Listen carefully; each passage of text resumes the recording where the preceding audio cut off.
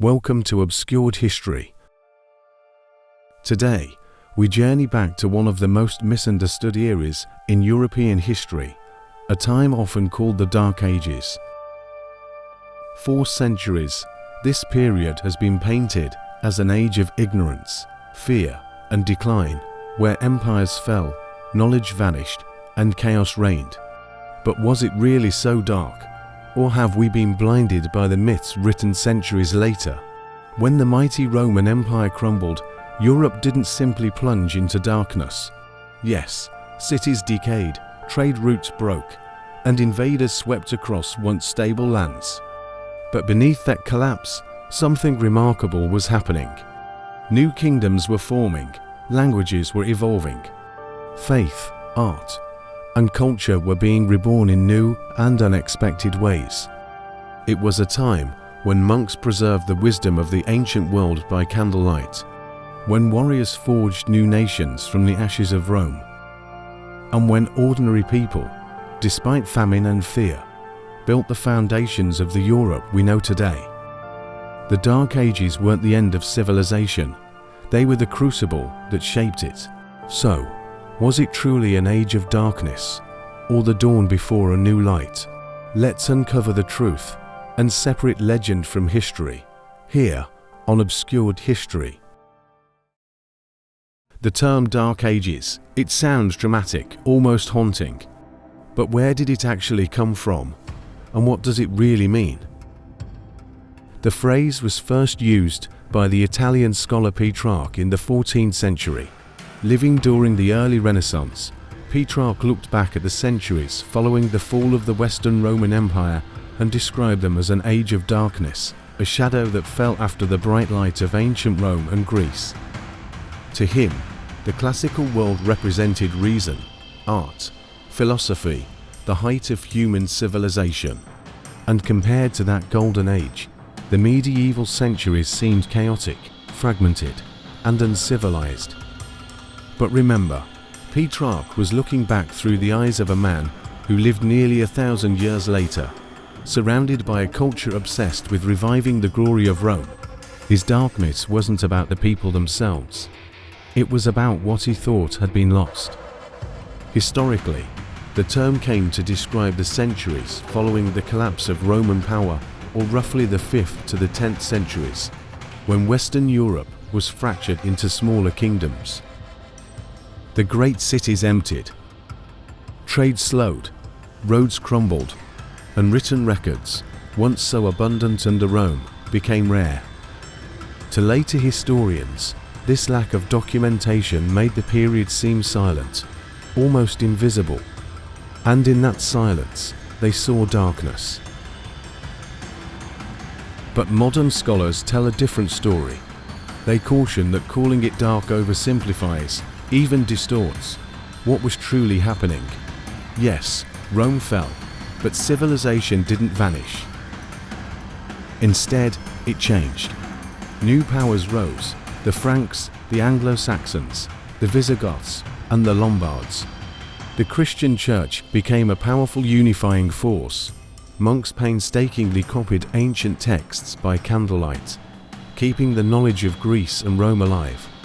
And far from being isolated, Europe was still connected through trade, pilgrimage, and even warred with the Byzantine Empire and the Islamic world, both centers of learning and innovation. So while Petrarch saw darkness, there was also light, just burning in different places. The Dark Ages were only dark if you were looking for the wrong kind of illumination.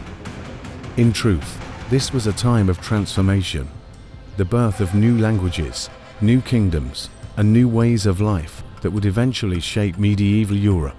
So perhaps the real question isn't whether these centuries were dark, but whether we've been looking at them through the wrong lens all along.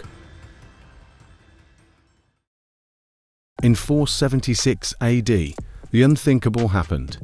The last Western Roman emperor, a young boy named Romulus Augustulus, was deposed by the Germanic general Odoacer, a single act that symbolized what many later called the fall of the Western Roman Empire.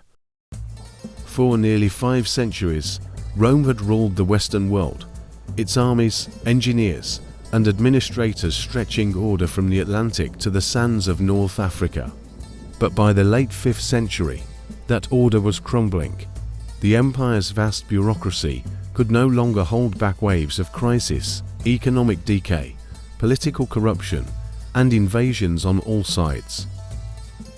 As the imperial crown fell, power in Western Europe fractured. What had once been one empire became a mosaic of shifting tribes, warlords, and local rulers. The Goths, Vandals, Franks, Lombards, and Angles, peoples once dismissed as barbarians by Rome, now carved new realms from its ruins. They weren't merely destroyers, they were settlers, heirs to the world they helped dismantle. Across the former empire, the monumental infrastructures of Rome, its roads, aqueducts, baths, and forums, began to fade. Without the state's engineers and tax collectors, maintenance slowed, and the lifelines that once connected cities to distant provinces began to decay. Trade routes faltered. Urban life thinned as people moved back to the countryside, seeking food and safety instead of markets and luxury. The dream of a single, unified Rome was gone. Yet this was not simply a story of collapse.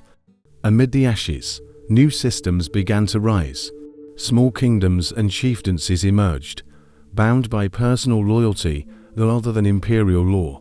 And in this changing landscape, one institution grew stronger than ever, the Catholic Church. While emperors vanished, the Church endured. It offered continuity, literacy, and hope. Monasteries sprang up across Europe, places where monks not only prayed, but copied ancient manuscripts, preserving knowledge that might otherwise have been lost. Missionaries carried faith and culture north and west, bringing new peoples, the Irish, the Saxons, the Franks, into the fold of Christianity. This slow spiritual unification would later shape the very idea of Europe. So why do we still speak of these centuries as dark? Partly because the light of documentation grew dim. For many regions, written records almost disappeared. Without chroniclers or archives, whole decades seemed to vanish from history. To later historians, it looked like the lights of civilization had gone out. But in truth, the world was not dark. It was simply changing, evolving in ways the chroniclers of Rome could never have imagined. When people hear the Dark Ages, they often imagine a world plunged into ignorance, a Europe where culture, art, and science simply died after Rome's collapse. But that image, though dramatic, isn't entirely true. Modern historians have uncovered a far more complex story, not of darkness, but of transformation. Yes, much was lost, cities shrank, trade routes faltered, and literacy declined. But life didn't vanish. Across the former empire, farmers still tilled the soil, blacksmiths still forged iron, potters still shaped clay. Archaeology reveals workshops, kilns, and farms that endured, evidence of survival and adaptation rather than total collapse. In the midst of chaos, one institution stood out, the monastery. Far from being isolated, monasteries became beacons of learning. In their scriptoria, monks copied ancient manuscripts by hand, preserving texts from Plato, Aristotle, and the Bible alike. They also wrote new works, chronicles, poetry, and commentaries. It's thanks to them that much of the classical world's wisdom survived. It was during these centuries that new scripts and languages began to form, the roots of English, French, and German. Latin evolved, blending with local tongues. And with that came a subtle intellectual revolution. Europe was reinventing how it expressed itself. Even art and architecture continued to flourish. Insular art from Ireland and Britain, rich with spirals and interlaced patterns, revealed an astonishing blend of Celtic and Christian design. Later, the Carolingian Renaissance under Charlemagne revived monumental architecture and manuscript illumination, echoing both Roman and Byzantine styles. Western Europe were experiencing difficulties, while the Islamic world was flourishing at the same time. From Baghdad to Cordoba, esteemed scholars diligently translated various Greek and Roman texts, incorporating their discoveries in fields such as mathematics, astronomy, and medicine. These invaluable works soon found their way back to Europe through Spain and Sicily, leading to the emergence of new and powerful learning waves. Trade never fully died, it evolved and adapted. Amber from the frozen north, silk from the warm east, spices from the mysterious Arabia, they still reached the European markets, carried along winding and treacherous routes by the valiant merchants and revered monks. Even in the bleak isolation of the distant lands, the connection endured, forging ahead and thriving despite all obstacles and hardships. Rather than evolving into a cliffside catastrophe, the widely recognized Dark Ages were instead an indispensable bridge and indispensable transition between the ancient and the medieval eras, as well as between the realm of memory and the impending rebirth of civilization. During this time, the groundbreaking seeds of modern Europe were hesitantly, but surely beginning to take root and flourish. By the year 1000, the long shadow of the so-called Dark Ages began to lift. Across much of Europe, signs of revival appeared, faint at first, then unmistakable. Fields once abandoned were tilled again. Populations slowly grew, villages turned into towns, markets began to hum with life. Out of centuries of fragmentation rose new powers. In France, the Capetian kings tightened their grip on feudal lords. In England, after conquest and unification, a centralized monarchy took shape. And in the heart of Europe, the Holy Roman Empire forged a new imperial vision, a blend of Roman legacy and Germanic strength. The Church, once the fragile guardian of learning, became the engine of renewal. Monastic reform movements spread across Europe, emphasizing discipline, study, and service. Pilgrimage routes filled again with travelers. Cathedrals, immense or inspiring, filled with light, began to rise. This was the dawn of Gothic architecture, stone made to reach for a heaven itself. And within monastic halls and growing cities, new schools of thought emerged. Scholasticism, where faith met reason. Trade routes expanded once more, from the North Sea to the Mediterranean, from the Silk Road to the Baltic. Merchants, scholars, and craftsmen created webs of connection that crossed kingdoms and faiths. Population growth brought new energy. Towns became centers of innovation. Written records multiplied, giving us a clearer, more human picture of the medieval world. By the 12th century, it was clear this was no age of darkness. Architecture soared, scholarship deepened, art and music flourished. And yet, the term Dark Ages lingered, born from the Renaissance view that only Rome had known true civilization. Today, historians reject that label. They call it the early Middle Ages, a period not of decay, but of transformation, resilience, and reinvention. Why does this matter? Because how we describe the past shapes how we see ourselves. When we understand that even in hard times humanity creates, rebuilds, and dreams, we see that no age is truly dark. For centuries, the so-called Dark Ages have been shrouded in myth. Perhaps the most famous, that people in the Middle Ages believed the earth was flat. In truth, scholars and monks knew it was spherical long before Columbus ever set sail. Ancient Greek science, preserved and taught throughout the medieval world, never truly disappeared. Another myth claims that no progress was made, that 1,000 years passed in silence. But history tells a richer story.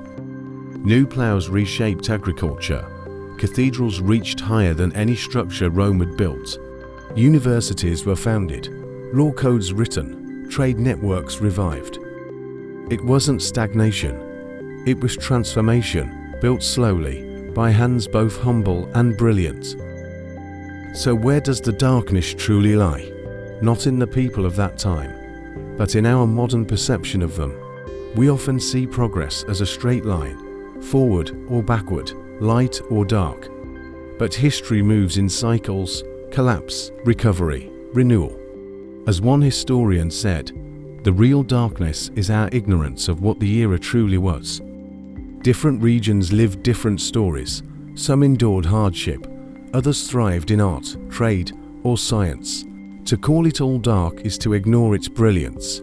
As creators and learners, our duty is to uncover the nuance, to see that this age was not a void, but a bridge, messy, transitional, and deeply human. And in that complexity, we find its true light.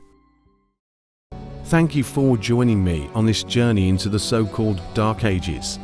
If you enjoyed this video, please like, subscribe, and hit the notification bell so you'll be alerted when the next episode of Obscured History goes live. Leave a comment below. What part of medieval history would you like me to explore next? A forgotten kingdom, a hidden empire, a commoner's story. Until next time, keep exploring the obscured corners of history